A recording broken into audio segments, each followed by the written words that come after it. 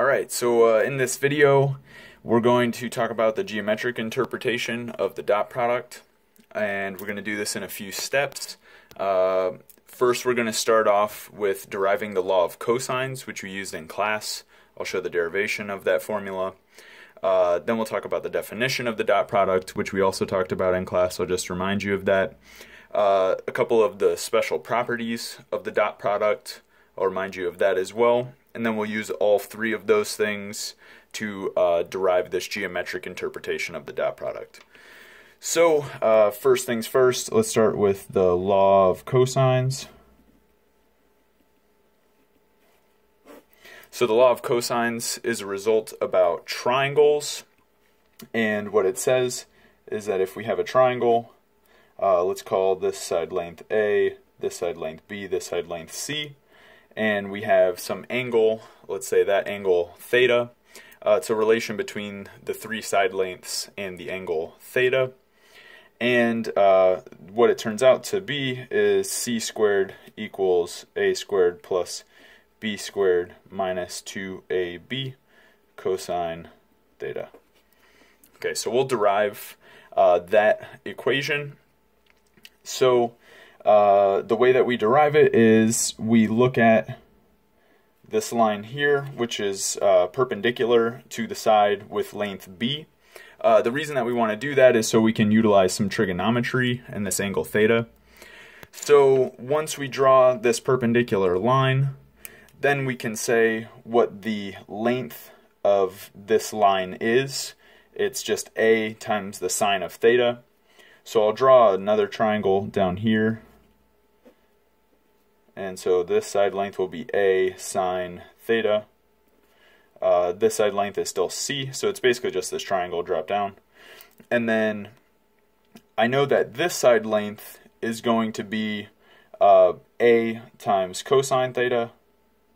The whole side length is length b, so then this remaining portion here is just going to be b minus a cosine theta, and I'll write that down here. So this is our triangle. It's a right triangle, so we know the Pythagorean identity, or the Pythagorean theorem rather. So the Pythagorean theorem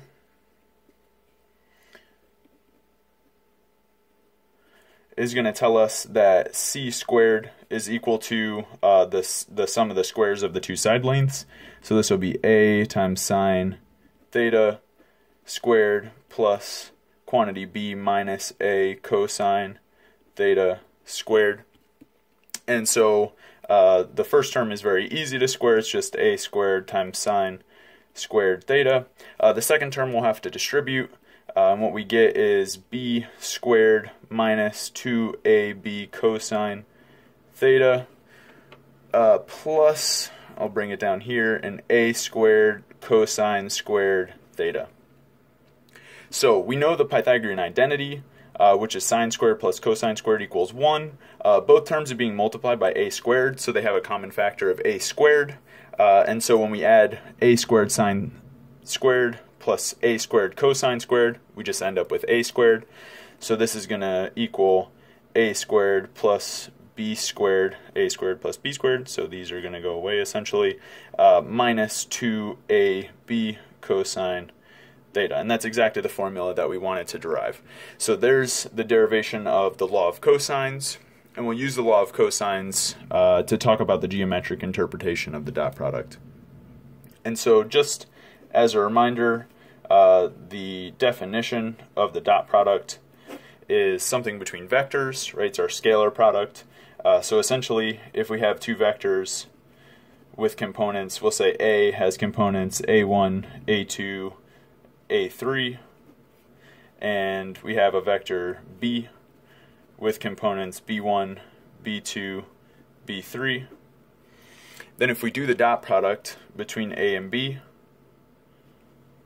this is a scalar equal to, you just take the product of the two first coordinates, add it to the product of the second coordinates, add it to the product of the third coordinates. So this will be A1, B1 plus A2, B2 plus A3, B3. Okay, so this is the definition of the dot product. There isn't apparent geometry in this definition, but that's what we're going to show using this law of cosines. And so let's just talk about a couple properties of the dot product before we get into that. Oh, apparently I can't spell today. Properties. Okay. Either way, we want to talk about 4 different properties of the dot product. First one is the dot product of a vector with itself is just equal to the length of that vector squared. And this is actually fairly clear from the definition of length of a vector because in the definition of the dot product, because when we have a dot a, this will just be a1 times a1 plus a2 times a2 plus a3 times a3. So this is just a1 squared plus a2 squared plus a3 squared, which is clearly the square of the length of the vector a. Okay, the second property I want to talk about is a distributive property for vectors. So if we take the sum of 2 vectors, let's say we have 3 vectors, a, b, and c. We take the sum, a plus b, and then we want to take the dot product with the third vector, c. So this is equal to just taking the dot product between a and c, and then adding that to the dot product of b and c. So this is a distributive property for vectors with the dot product. We also have a distributive property for scalars with the dot product, and that's what this will be. So of course, a, b, c, all with arrows above, are all vectors. This alpha will be a scalar. So if I take a scalar and multiply my vector a, and then take the dot product with the second vector b, this is the same as taking the dot product of a and b and then multiplying by the scalar alpha. It's also the same as taking a dot product with alpha times b. So taking the scalar multiple of the vector b and then doing the dot product with a, all of these are equivalent, and this is our distributive property for the dot product with scalars. And then the last property of the dot product that I want to talk about is commutative property for the dot product. So it'll be a dot b, 2 vectors a and b. Taking their dot product in that order is the same as taking their dot product in the other order. So a dot b is the same as b dot a.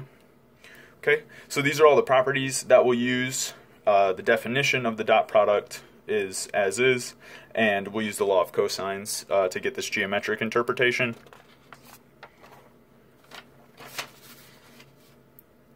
So when we talk about the geometric interpretation of the dot product,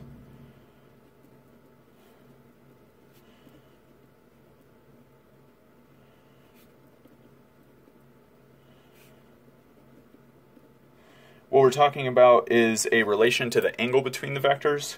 So if we look at 2 vectors, say a and b, there's an angle between these 2 vectors because we can always think about these vectors emanating from the origin. So either way, we have 2 vectors that create some angle between them. And then the question is, how does the dot product relate to this angle? And the way the dot product relates to the angle is by the law of cosines, essentially. So we'll consider this third vector that we can create here. This is just going to be a minus b vectors. And so what we can do is realize now that we have a triangle, right? We have 3 sides. And what we can do is look at this length of a minus b. We'll say squared in this case because I want to use my law of cosines, right? So I take the side that's opposite the angle, and that relates to the sum of the squares of the other 2 sides and to the angle somehow by my law of cosines. And in particular, the way it relates is this side length a minus b, that side length squared, is going to be equal to the length of a squared plus the length of b squared minus 2 times the length of a times the length of b times cosine of the angle. And this is directly from the law of cosines. Okay, just do substitute all of these, these notations that I'm using now for the side lengths with what we were doing before. You'll see it's directly substituting these new quantities in for what we had before.